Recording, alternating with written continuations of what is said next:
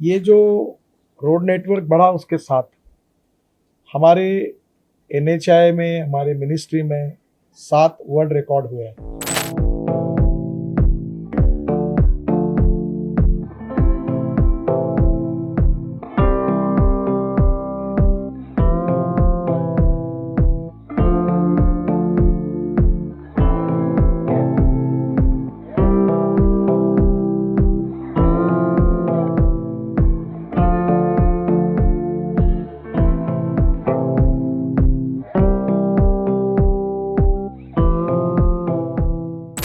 जब हमारी सरकार आई तब 91,287 किलोमीटर था और आज उसमें 59% इंक्रीज हुई और उसमें 1,45,240 किलोमीटर हुआ है।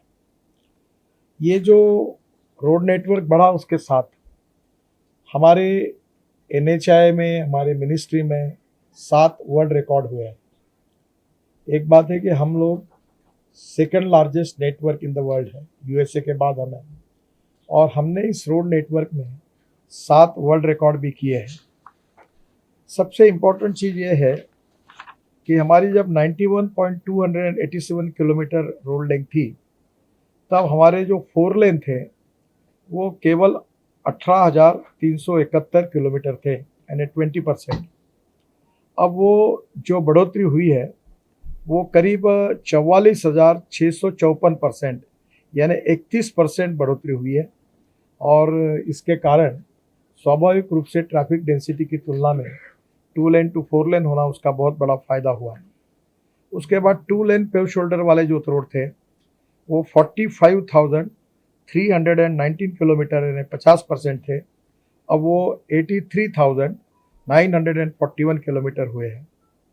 बाद में जो हमारे 2 लेन से भी केवल 2 लेन थे वो 27,517 थे। अब उसको हमने कम किया है और वो अब 11% हो गए, क्योंकि हमने उसको 4 लेन में कन्वर्ट किया है, तो वो अभी हो गए 16,645।